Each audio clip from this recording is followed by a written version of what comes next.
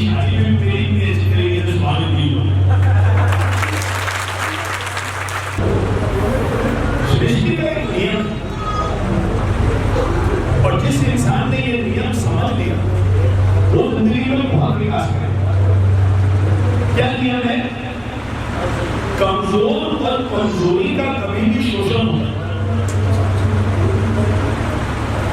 आपको दुनिया में उदाहरण ऐसे काफी मिलेंगे कि इंसान कमजोर था, व्यवसाय कमजोर थी, परिवार कमजोर था, मूल्य कमजोर थे, शरीर कमजोर था, और जहां कमजोरी है वहां शोषण होता है।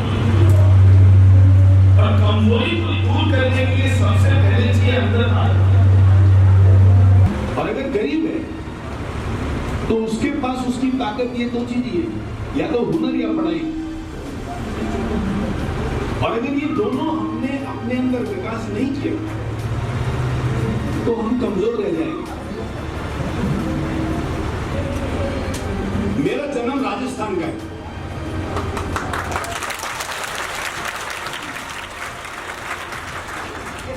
मैं जैसलमेर का हूं। आज जैसलमेर में हमारा घर है, मकान है।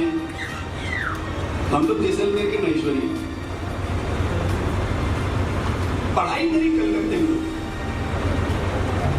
स्कूल में छात्र अच्छा था, कभी भी क्लास में फर्स्ट आया हूं। और हमारे स्कूल में 10वीं कक्षा में ना हेड बॉय नाम की एक पदवी होती है। मतलब वो बच्चा जो सब बाकी के बच्चों का नेतृत्व करेगा। तो अपने स्कूल का मैं हेड बॉय भी। क्लास 10 के जो बोर्ड के एग्जाम्स होते हैं वो वेस्ट बंगाल के बोर्ड को मैंने टॉप किया था।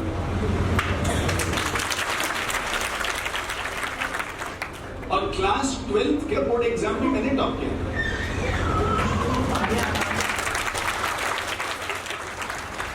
अच्छा, दूसरी बार ताली की वजह क्योंकि अभी मामूली हो गया, अभी पता नहीं टॉप करता रहेगा कितनी बार ताली।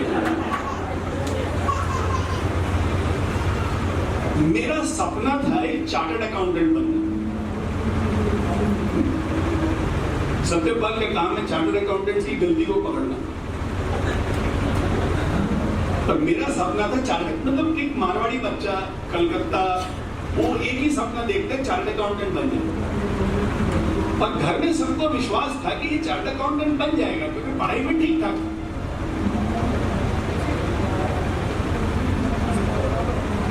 जब मेरी 12वीं का रिजल्ट आया तो मेरे चाचा जी जो बहुत अमीर हैं, जिनके पास करीब 7 सीमेंट की फैक्ट्रियां हैं, उन्होंने मुझसे कहा कि आज से तेरे भविष्य का दायित्व मेरा, तेरी पढ़ाई का पूरा खर्चा मेरा, तेरे को अच्छा काम दिलाना मेरा काम। तू बस भाई साहब के पास कभी किसी चीज के लिए नहीं जाएगा, आज से मैं तेरे को बड़ा करूंगा। खुश हो गया। उसी रात को मालूम पड़ा कि हमारा व्यवसाय पूरा खत्म हो गया। हम लोग बकल्स नाम का एक चीज बनाते थे जिसका एक्सपोर्ट हम बांग्लादेश करते थे। और समुद्र में तूफान में जो जहाज थे वो सब डूब गए और इंश्योरेंस नहीं हुआ तो पैसे नहीं मिलेंगे। तो रातों रात हम सड़क पे आ गए। हमारे पास 3 मंजिल का मकान था कलकत्ते में। उन समय 2 गाड़ियां थी। मतलब भगवान की दया से पैसे की कोई कमी नहीं। लेकिन रातों रात हमारे ऊपर करीब 45 लाख का कर्जा हो। 1988 समझ लीजिए करीब 35 साल पहले 45 लाख का कर्जा। मैं अपने चाचा जी के पास गया कि चाचा जी आपने सुना होगा क्योंकि उन दिन मोबाइल फोन था नहीं। तो चाचा जी ने बोला हाँ सुन के बड़ा धक्का लगा कि सुना है कि भाई साहब का नुकसान हो गया, तो अब तुझे क्या करना। ये बात तो सही थी कि मैं अब पढ़ नहीं पाऊंगा क्योंकि पिताजी को शौक लग गया था। करीब 45 दिन तक वो किसी से बात ही नहीं कर पाए, उनके गर्दन से आवाज ही नहीं निकली। 28 दिन में उनका वजन 14 किलो कम हो गया। कि अचानक क्या हो गया, पूरी जिंदगी बदल गई। और वो बच्चों को देख देख के और दुखी हो रहे थे कि अभी का भविष्य क्या होगा, हम लोग खाएंगे क्या, पिएंगे क्या। पूरा घर बिक गया, मम्मी के पास 200 तोला सोना था, फिर सब बिक गया। उसके बाद 45 लाख कर्जा बाकी रह गया। तब मैं चाचा जी के पास गया, तो चाचा जी बोला तेरा आगे क्या विचार है। मैंने कहा अंकल पढ़ाई तो कर नहीं सकता क्योंकि कमाई आज चाहिए घर को। मैं सीए बनने जाऊंगा, कम से कम 6 साल लगेंगे। पहले 3 साल बीकॉम करो, फिर 3 साल सीए करो। पापा की तो तबीयत खराब है, कमाना तो मुझे ही है, तो मुझे कोई एक काम दे दो। अच्छा स्कूल में ना मैंने मैथ्स में कभी भी 100 और 100 लाया, मतलब फर्स्ट स्टैंडर्ड से 12 तो हिसाब बहुत अच्छा था। तो चाचा जी से एक दरखास्त की कि छोटे से छोटा कोई काम दिला दो ताकि घर खर्चा निकल जाए। चाचा जी ने बड़े प्यार से बिठाया, शिकंजी यानी नींबू पानी पिलाया, और चाचा जी कहते हैं कि देख बेटा, हमारे यहाँ ना जो 12वीं पास है उसको सिर्फ वॉचमैन की जॉब या ड्राइवर की जॉब मिल सकती है। तुम और मैं रिश्तेदार हो, मैं गाड़ी में आऊंगा, ड्राइवर हॉर्न बजाएगा, तुमको गाड़ी खोलनी पड़ेगी, दरवाजा खोलना पड़ेगा। बेटा अपन रिश्तेदार है, जमेगा नहीं ना, तो माफ करना, तेरे लायक तो मेरे पास कोई काम नहीं है, लेकिन मैं भगवान से दुआ करूंगा कि तेरे को कोई ना कोई काम मिले जरूर। और उन्होंने अपना हाथ खींच लिया। क्या करूं?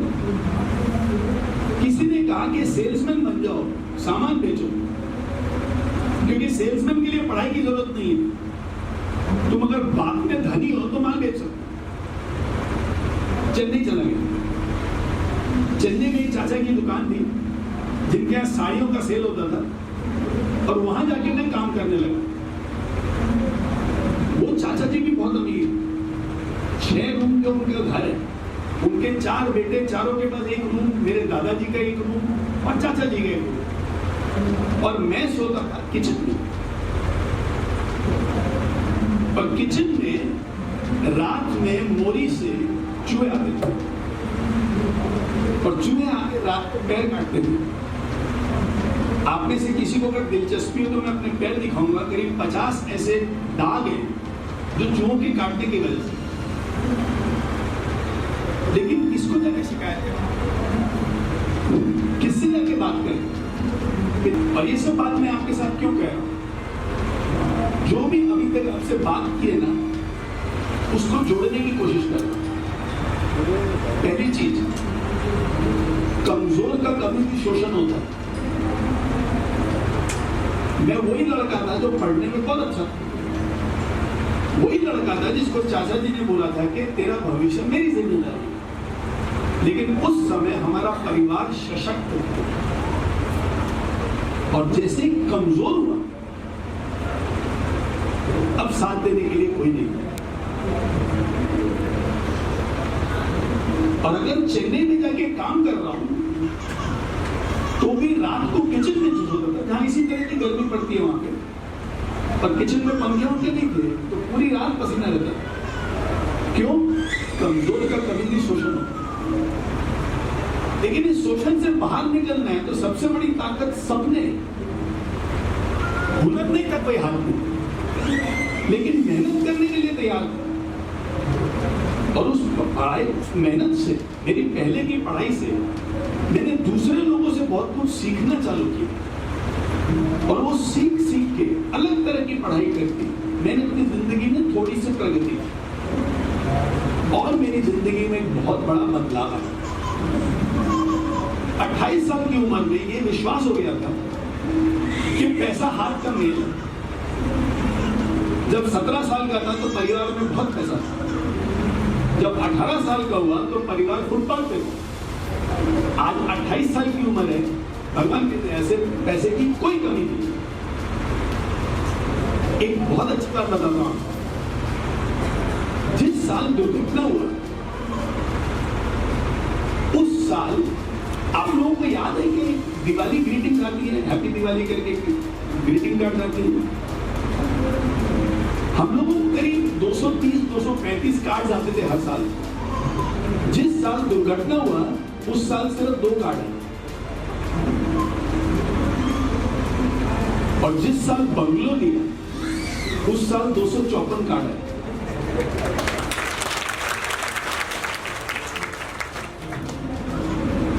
मेरी बहन, छोटी बहन जिसकी शादी बॉम्बे में हुई थी, वो आई, मैं तो छत पे सो रहा था क्योंकि भाई के दिन अपने घर का इनॉग्रेशन था बंगलोर का, और पापा को समाज अच्छा लगता है, परिवार अच्छा लगता है, तो पापा ने सब लोगों को बुलाया था। घर में करीब 77 लोग थे जो सो रहे थे। 3 बेडरूम का बंगलो था और इतना ही बड़ा करीब टेरेस था, इतना ही बड़ा करीब बंगलो था, 3400 स्क्वायर फीट का। और मैं ऊपर छत पे सो रहा था। बहन आई बहुत खुश, अपनी इज्जत मिल गई है। बोले कैसे मिल गई? बोले 250 कार्ड आए हैं। वो तो चली गई, लेकिन मैंने अपने आप को ये पूछना चालू किया कि ये कार्ड किसको आए हैं? मेरे पिताजी को आए कि बंगलों को आए?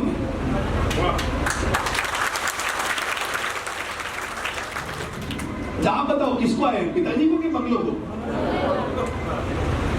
तो ये जो लोग इकट्ठे हुए हैं, आज जो 77 लोग घर में सो रहे हैं, वो प्यार और स्नेह के कारण आए हैं कि कल के दिन इस बंगले से हमको कुछ फायदा हो सकता है उसके लिए आए?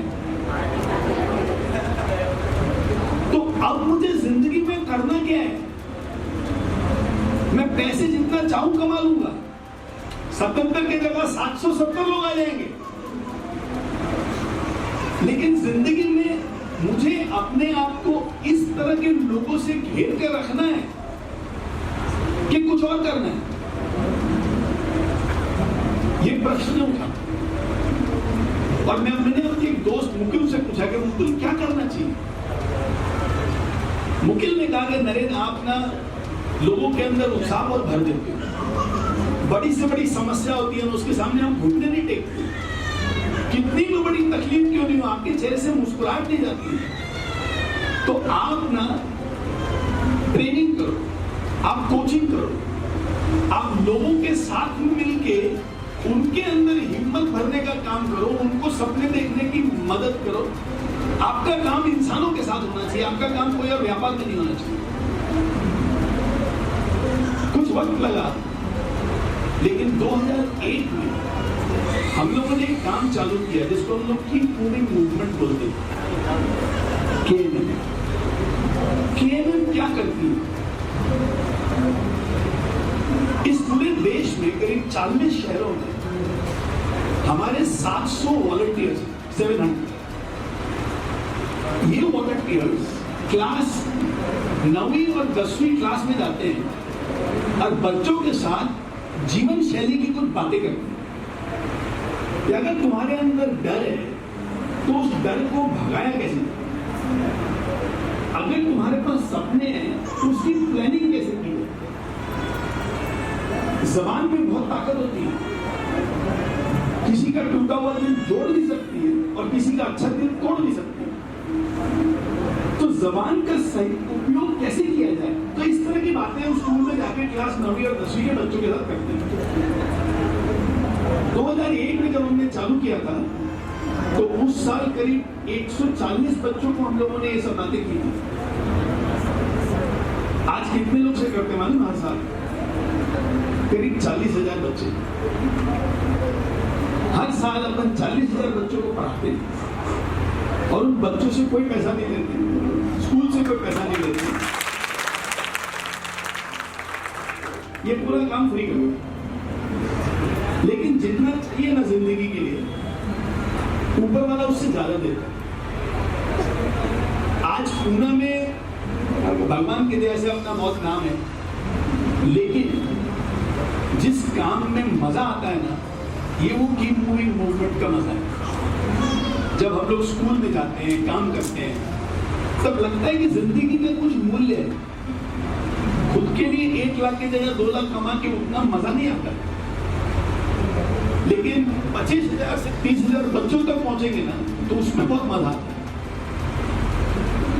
तो मेरा आप सबसे ये गुजारिश है, खुद के लिए सपने देखो, जितना आपको चाहिए उतना अर्जित करो, जहां आपको पहुंचना है वहां जरूर पहुंचो, लेकिन जिंदगी का कुछ भाग ऐसा होना चाहिए जो आप सिर्फ समाज को।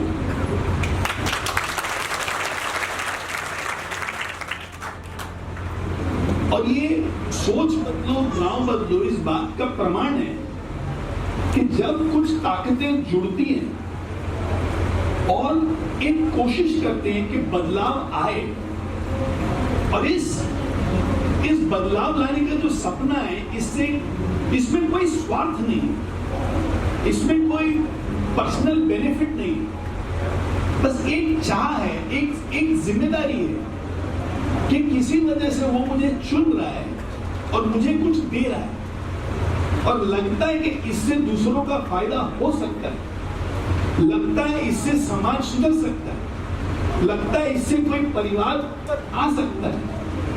और अगर वो दे रहा है, मुझे मौका भी दे रहा है, मुझे ताकत भी दे रहा है, तो उसका उपयोग तो करना ही चाहिए। देश को हम तभी ऊपर ला सकते हैं जब इन दोनों का विकास हो, व्यक्तित्व विकास और समाज का विकास। एक विकास से देश का विकास नहीं हो सकता। ये हम जो काम करते हैं कीप मूविंग मूवमेंट, इसमें साल का करीब 25 लाख रुपए का खर्चा होता है, और 25 लाख का खर्चा हम लोग करते हैं। मतलब मैं जो दफ्तर चलाता हूँ उसमें जितनी मेरी रिक्वायरमेंट है, जितनी मेरे परिवार की जरूरत है, ऊपर वाले की दया से उससे थोड़ा हम ज्यादा कमाते हैं, और जो ज्यादा कमाई होती है वो हम इस काम में डाल देते हैं।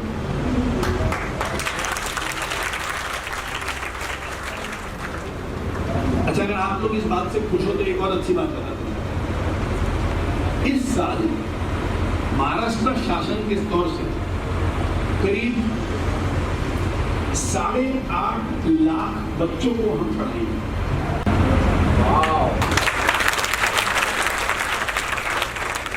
तो पिछले साल जो 40,000 बच्चों को पढ़ाया था, इस साल उस 40,000 में 8.5 लाख और जोड़ो तो करीब 8,90,000 बच्चों को इस साल हम पढ़ा पाएंगे। लेकिन इसके लिए जो खर्चा है, अगर मैं अपना विकास ना करूं और मैं अगर खुद 2 पैसे ना कमा पाऊं तो मैं समाज का विकास कैसे करूंगा? नहीं कर सकता। अगर मेरे विचार में परिपक्वता नहीं है तो मैं समाज को कैसे सुधारूंगा? नहीं कर सकता। अगर संघर्ष के बावजूद मैंने अपनी जिंदगी में प्रगति की है, अगर ऐसे नतीजे मेरे पास नहीं है, तो मैं किसी को क्या बात करूंगा? तो समाज का विकास करने की चाह बहुत अच्छी चाह है, लेकिन इस चाह को ताकत तभी मिलेगी जब आप व्यक्तित्व विकास कर सकते। अगर आप व्यक्तित्व विकास नहीं करोगे तो आप समाज का विकास ज्यादा नहीं करते। तो जब हम सपने देखते हैं तो सपनों में बहुत जान होती है। सपनों को पूरा करने के लिए जब निकलते हैं, रास्ता खूबसूरत नहीं होता। उस बदसूरत से रास्ते से अगर हम थोड़े विचलित हो जाएं तो हम जिंदगी में कमजोर रह जाते हैं, और कमजोर रह गए तो नाश की तरह, कल्पना की तरह हमारा शोषण होता है। और अगर हमने ताना सुन लिया, तकलीफ से गुजर गए और जिंदगी में प्रगति कर ली, तो 2 कार्ड से 250 ग्रीटिंग कार्ड आते हैं।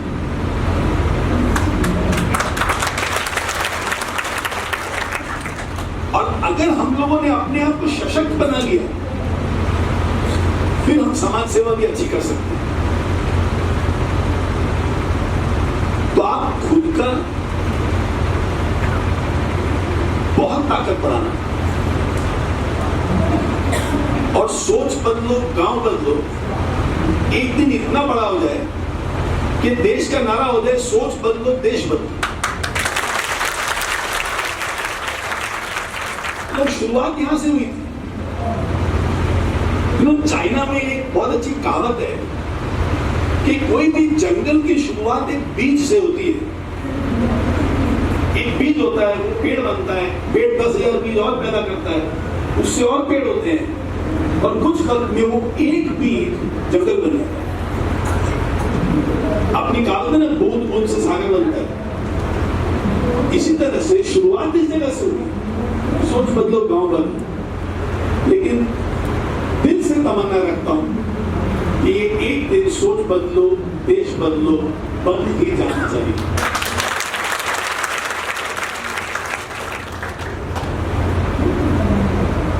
खुद का विकास करना। आज हम जिस जमाने में हैं, वो हमारे लिए बहुत फायदे का चीज है। आज सत्यपाल नीचे मुझे लाइब्रेरी दिखा रहे थे, लाइब्रेरी में कंप्यूटर्स लगे हुए हैं। 10 साल पहले तक ये संभव नहीं था। अगर किसी को पढ़ना है तो उनको बड़े शहर में ही जाना पड़ता है। आज ऐसी बात ही नहीं है। आज आप जहां हो वहां पढ़ाई कर सकते हो, क्योंकि 3G 4G फोन पे इतना पावर आ गया है कि आप कहीं भी पढ़ सकते। मेरी एक दोस्त है जो एक बहुत बड़ी कंपनी की मालिकिन है। अगर आप लोगों ने ब्लू डार्ट के नाम से कंपनी का नाम सुना हो, वर्ल्ड की नंबर 1 कोरियर कंपनी, तो इंडिया ऑपरेशंस की मालिकिन है वो। बहुत अच्छी महिला है, भैरवी जानी उनका नाम है। वो आज हिमालय में रहती है, शहरों में नहीं रहती। वहां उसने 200 एकड़ जमीन खरीद लिया है। बोलती कि मुझे अच्छी हवा खानी है। हफ्ते में एक दिन दिल्ली आती है, अपना काम करती है, बाकी के दिन फोन में कंप्यूटर में काम करती है। मतलब आज दुनिया में इतनी प्रगति हो चुकी है कि आपको जहां रहना है वहां रह के आप काम कर सकते हो, और जहां रह रहे हो वहां बैठ के पढ़ सकते हो। ये 5 साल पहले भी संभव नहीं था। तो आज जो बच्चे ना यहाँ पे, अगर तुम्हारे अंदर सीखने की ताकत है, तुम्हारे अंदर सीखने का एक जुनून है, तुम्हारे अंदर सीखने की एक जिद है, तो आज के दिन दुनिया में तुमको कोई नहीं रोक सकता। और अगर तुम नाच की तरह अपनी लड़ाई लड़ने के लिए तैयार हो, तो कभी सुबह पढ़ने का टाइम मिलेगा, कभी दोपहर को पढ़ने का टाइम मिलेगा, कभी शाम को, कभी रात को पढ़ने का टाइम मिलेगा, लेकिन तुम्हारी पढ़ाई चल सकती है। तुम भी अच्छी एजुकेशन ले सकते हो। एजुकेशन लेके तुम व्यवहार कर सकते हो, कल के दिन कहीं काम कर सकते हो और अव्वल नंबर तक पहुंच सकते हो। आज पृथ्वी में कोई चरम सीमा ऐसी नहीं है जो तुम नहीं छू सकते। एक जमाना था जब शहर के लोग, पैसे वाले लोग, जहां पढ़े लिखे माँ बाप है, वही प्रगति कर सकते, लेकिन आज ऐसा नहीं है। आज ये जो फोन है, ये जो लैपटॉप्स है, ये कंप्यूटर है, इसमें बैठ के कोई भी इंसान कहीं पे भी रह के और प्रगति कर सकता है। जो जनरेशन है 18 से 20 की, तो ज़्यादातर डिप्रेशन की मतलब ज़्यादातर शिकायत आती है। तो इससे बाहर निकलने के लिए कोई ऐसा मोटिवेशन दे सकूँ तो इससे ये जनता मतलब जो जनरेशन न्यू मतलब जितने भी मतलब शिक्षा मतलब ग्रहण करने वाले, स्टडी करने वाले बच्चे, जिससे डिप्रेशन से बाहर आ चुके हैं। तो मेरा छोटा सा प्रश्न है। डिप्रेशन? हाँ। क्या चीज है डिप्रेशन? पढ़ाई को लेके। मतलब क्या डिप्रेशन क्या है? मतलब अभी कुछ दिन पहले रील का एग्जाम हुआ था, जिसमें बहुत से बच्चों ने मतलब अपनी आत्महत्या कर ली थी। हाँ। तो मतलब ऐसा कोई मोटिवेशन हो जिससे ये घटना ना हो कि किसी चीज को लेके ऐसे सिलेक्शन नहीं होता है, तो बच्चे ज्यादातर सुसाइड कर लेते हैं। तो ऐसा कोई मोटिवेशन हो जहाँ से मतलब बच्चे। ठीक है। आप स्पोर्ट्स खेलते हो क्या? Sports yes sir. क्या खेलते हो? Cricket? Yes sir. Batting, bowling, fielding, umpiring? Batting करते करते कभी चोट लगती है? Yes sir. क्रिकेट खेलना छोड़ दोगे?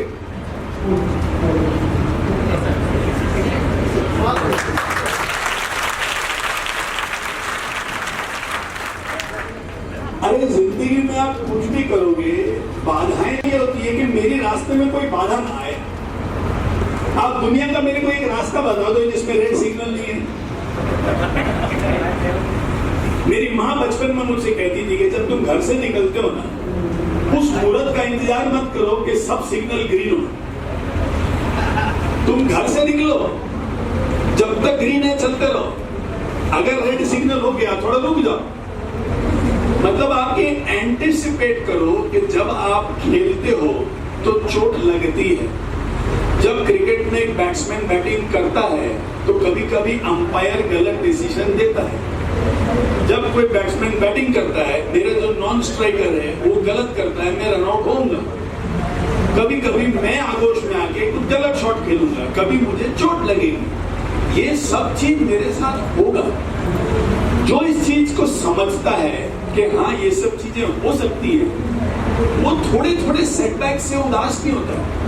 उस रात को जाता है, थोड़ा रो लेता है, मस्त खाना खाता है, अगर जयपुर में है तो प्याज की कचौड़ी कड़ी वाली खाता है, और उसके बाद में अगले दिन वापस जोश से पढ़ाई करने लगता है। और जिस चीज को हम बाधाएं मानते हैं ना, वो उतनी बड़ी बाधा है क्या? मैं आप सबसे ये पूछता हूं, जिसको आप बाधा मानते हो वो बाधा है क्या? मैं फेल हो गया तो क्या हो गया? मैं तो पढ़ नहीं पाया, मैं तो सीए बनता था, 10th 12th को बोर्ड को टॉप किया, मेरी तो कोई गलती भी नहीं है। ऐसा नहीं है कि मैं एग्जाम में बैठा और पास नहीं हुआ, सुसाइड कर लूं। और हमारा प्रवीण क्या करेगा? सुसाइड कर लेगा। अगर सपनों में ताकत है और समझ है कि रास्ते में कुछ न कुछ बदसूरती आएगी, और अगर आएगी उससे हम जूझेंगे, उससे हम लड़ेंगे, उससे हम आगे बढ़ेंगे, तब ये डिप्रेशन वगैरह खेल लेना। ये ना नई एज की चीज है डिप्रेशन। ये 25 साल 30 साल पहले कोई डिप्रेशन वगैरह नहीं होता था। अपने देश में डिप्रेशन वगैरह नहीं होता था, क्योंकि हम सब समझते थे कि जिंदगी में ऐसा होता है। पांडव ने कोई गलती नहीं की, लेकिन फिर भी उनको जाना पड़ा। कृष्ण ने कोई गलती नहीं की, लेकिन जन्म उनका कारावास में हुआ, और उनकी जो परवरिश है उनके माँ बाप ने नहीं किया। तो लाइफ में छोटा मोटा तो चलता रहता है यार। जब अपने भगवानों की जिंदगी में इतनी तकलीफ आई है, श्री राम को जब 14 साल के लिए वनवास जाना पड़ा, तुमको और मेरे को तकलीफ नहीं आई। तो ये जो जूझने की जो इच्छा है ना, ये हमारी थोड़ी कमजोर है, और हम थोड़ा आसान रास्ता चाहते हैं। और आसान रास्ते से जिंदगी में कोई खास हासिल नहीं होता। तो मैं ये मानता हूं कि जहां डिप्रेशन है, वहां उसको कोई एक ऐसा मिल जाए जो समझा रहे कि भाई तू जिसके ऊपर रो रहा है ना, ये रोने के लायक चीज ही नहीं। थोड़ा हिम्मत करो, लड़ो और आगे बढ़ो। ऐसा मेरा मानना है।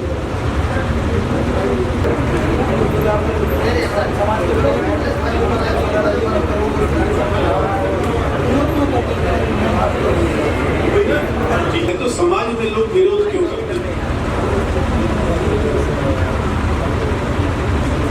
अधिकतर जो लोग विरोध करते हैं उसके पीछे दो कारण होते हैं। एक, आप जो सोच रहे हो उसके लिए जो काबिलियत चाहिए और जो मेहनत चाहिए वो आप नहीं डाल रहे। वहां पे वो इंसान ओवर कॉन्फिडेंट होता है, तो समाज में लोग बोलते हैं भाई जितनी मेहनत करनी पड़ेगी तू नहीं कर रहा है, और अगर इतनी मेहनत नहीं करेगा तो तुम आगे नहीं जा पाओगे।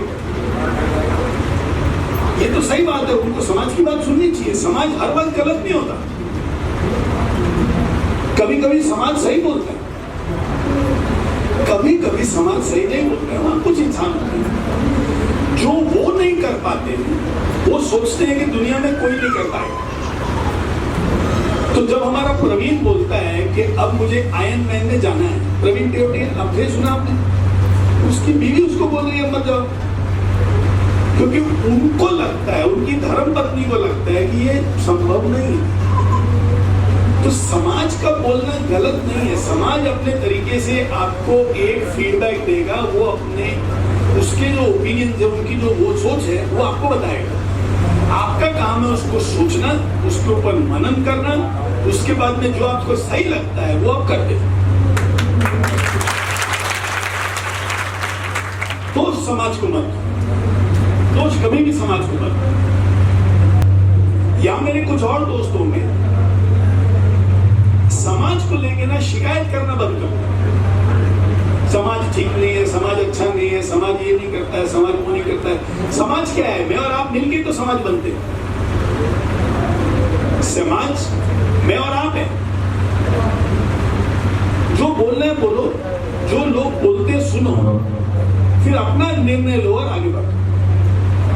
हमारे साथी उन्हीं की तरफ से मैं इस क्वेश्चन को उठाना चाह रहा हूँ कि ऐसे भी हैं, उन्होंने कृषि कानून की शुरुआत की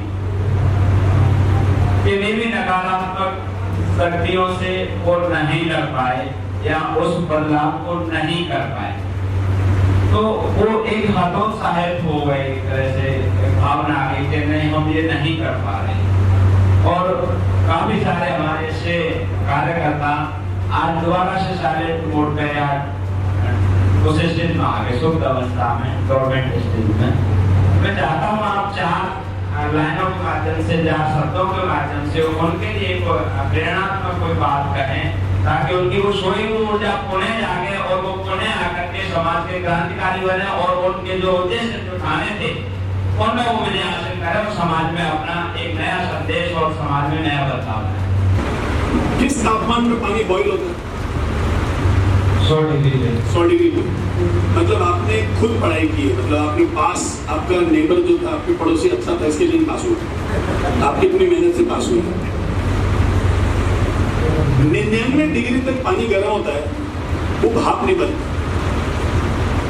वो 100 डिग्री में। हमारी किस कोशिश से नतीजे आएंगे इसका आभास मुझे और आपको नहीं है।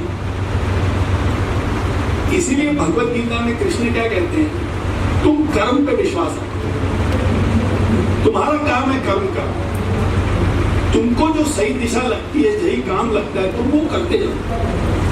नतीजा आ जाएगा, नतीजा कल आएगा, नतीजा परसों आएगा, हमको और आपको मालूम नहीं। विश्वास कर्म पे रखो और विश्वास अपने सपनों पे रखो।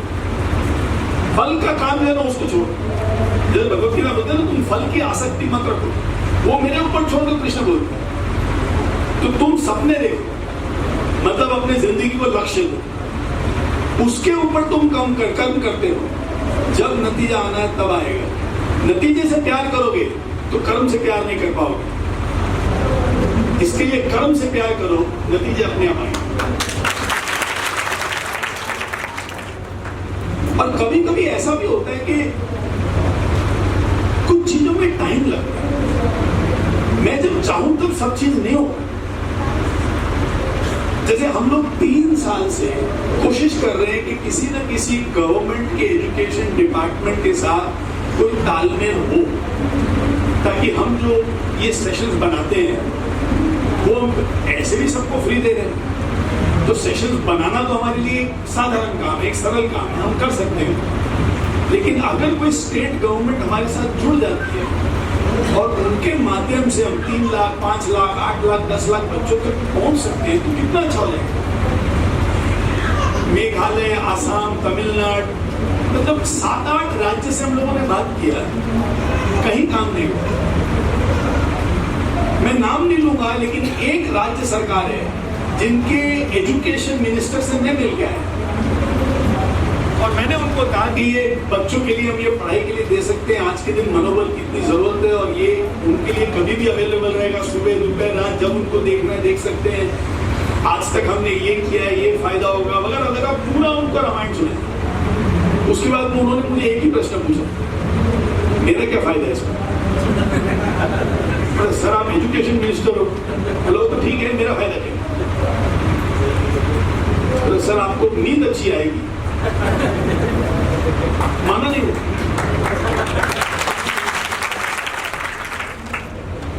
मैंने ये भी कहा कि देखो, अपने देश में कहावत है कि जब दवा काम नहीं आती तब दुआएं काम आती हैं। और इंसान की सही कमाई है ना दुआएं। अगर दुआएं वो कमाता है तो उसकी जिंदगी अमूल्य है। मतलब बहुत समझाने की कोशिश की उसको, उसने सब सुना, लेकिन फिर बोल दिया ना।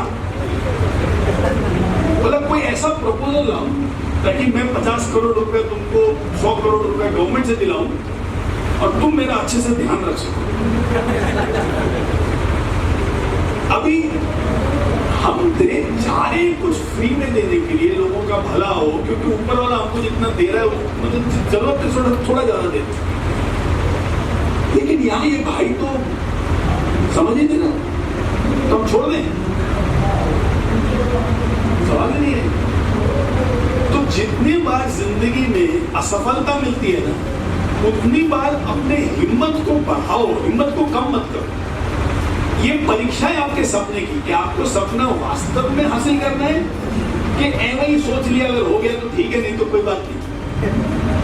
तो जब असफलता मिलती है वो आपके सपनों की परीक्षा है। उस समय अगर आप डावाडोल हो गए, मतलब आप दिल से नहीं चाहते।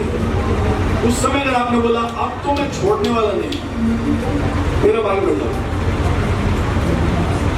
ये हमारा जिंदगी का बहुत सिंपल उसूल है। अभी इस साल उन्होंने हाँ बोला है, अब जब हम करने जाएंगे जून 19 तारीख को उसका लॉन्च उन्होंने रखा है।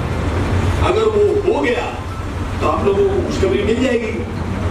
अगर जून 18 को उन्होंने पूछा हमको क्यों मिलेगा, तो किसी और के पास जाएंगे या मंत्री के बदलने का इंतजार करेंगे। लेकिन जिंदा है तो छोड़ेंगे नहीं। यहाँ पर प्रशासन स्तर पर, राजनीतिक स्तर पर बहुत भेदभाव होता है, उनका बहुत शोषण होता है सर।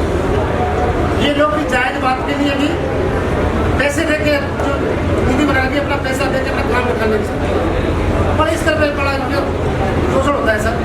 मेरा आपसे रिक्वेस्ट है सर कि ये लोग अपनी बात को अपने अधिकार के लिए कुछ ला सके, इस तरह की बात बता सके। कोई भी संघर्ष आनंदमय नहीं होता। बात की शुरुआत अपन ने इसी बात से की थी कि कमजोर का शोषण होता ही। तो अगर मैं कमजोर हूं और कोई मेरा शोषण करता है, सामने वाला तो दोषी है लेकिन मैं भी दोषी हूं। अगर उसका संघर्ष करूंगा तो उसमें थोड़ी तकलीफ होगी, थोड़ा डर रहेगा, और ये मेरी कमजोरी है तो मैं छोड़ दूंगा। तो मैं बहुत स्पष्ट रूप से आपसे कहता हूं कि हर इंसान संघर्ष नहीं कर पाएगा, लेकिन अगर 5% लोगों ने भी संघर्ष किया ना तो सबको बदल सकता है। हमारा और आपका काम है वो 5% लोगों को इकट्ठा करना, और उसकी जो ताकत है वो अच्छे से अच्छे और बड़े से बड़े लोगों को हिला सकती है।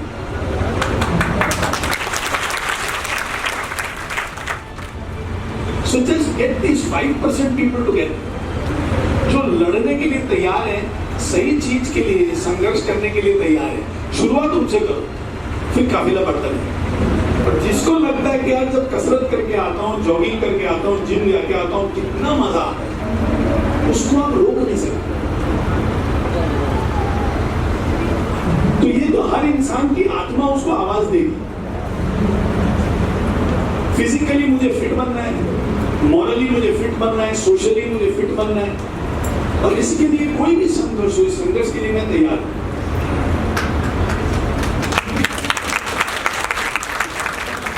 देखिए, मैं मोटिवेट करके इस देश में महात्मा गांधी को पैदा नहीं कर सकता। हम मोटिवेट करके सुभाष चंद्र बोस को पैदा नहीं कर सकते। हम मोटिवेट करके भगत सिंह को पैदा नहीं कर सकते। जनता की कमजोरी क्या हो जाती है, कोई आए हमको मोटिवेट करे तो हम करेंगे।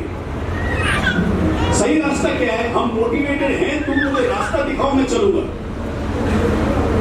आप लोगों को उस अवस्था में आने जहां आप बोलते हो हम तैयार हैं, बोलो कहां जाना। अगर आप ये सोचोगे कि दुनिया में कोई आए मुझे नींद से जगाए फिर मैं सोचूंगा, तो मान लो कि ये नहीं हो पाएगा। महात्मा गांधी की जो ऑटोबायोग्राफी है उसमें उन्होंने बहुत खूबसूरत एक बात, तो जो सोने का नाटक कर रहा है वो तो बोलेगा आज तबीयत ठीक नहीं है, आज मूड नहीं है, आज थका हुआ हूं, मैं कल जाऊंगा, परसों जाऊंगा, अगले हफ्ते जाऊंगा, मेरे पास आज कपड़े नहीं है। कोई ना कोई रास्ता निकाल लेगा वो इंसान कसरत ना करना। तो जिसको जूझना नहीं है अपने हक के लिए, वो कोई ना कोई रास्ता निकाल लेगा। सॉरी, लेकिन एकदम सिंपल सटीक बात बता रहा हूं। अगर आप सोचेंगे कि कोई कुछ बोलेगा और आपके अंदर जुनून भर जाएगा, 23 साल की इस लाइन में मैं जो काम कर रहा हूं उसमें ये देखा है, जिसके अंदर जुनून है उसको मार्गदर्शन करना इजी है। जिसके अंदर जुनून नहीं है लेकिन वो सोया हुआ है, वो एक वाक्य से जग जाएगा। लेकिन जो चाहता है कि दूसरे में नहीं लड़ाई लड़े, वो तो सोने का नाटक कर रहा है, उसको कैसे जलाएंगे? नहीं जला सकते। और बदलाव लाने के लिए 100% लोग नहीं चाहिए, 5% लोग चाहिए। उनके पास एक्सपोजर कम है। उन सबको आगे बढ़ने के लिए किताबें, मार्गदर्शन, फीस, पढ़ने के साधन जो चाहिए वो आपके पास अवेलेबल है। तो मैं आप सबसे तहे दिल से गुजारिश करूंगा कि आपके पास कुछ ऐसे मौका है कि जहां आप पूरे संघर्ष के साथ बहुत आगे जा सकते हैं। नाज जैसे बच्चे को ना बहुत संघर्ष करना पड़ा, तब वो जाके आगे गई थी। तुमको उतना संघर्ष नहीं करना पड़ेगा, लेकिन अपनी लड़ाई तो तुमको लड़नी पड़ेगी। तो बहुत बड़ा सोचना, अपनी जिंदगी में बहुत प्रगति करना, और जिस दिन आगे बढ़ जाओ उस दिन उतने ही तन मन धन के साथ इस समाज का भी काम करना और अपने देश का भी उत्थान करना। और इसके लिए रोज का एक मंत्र है, सुबह उठ के all the best and thank you so much.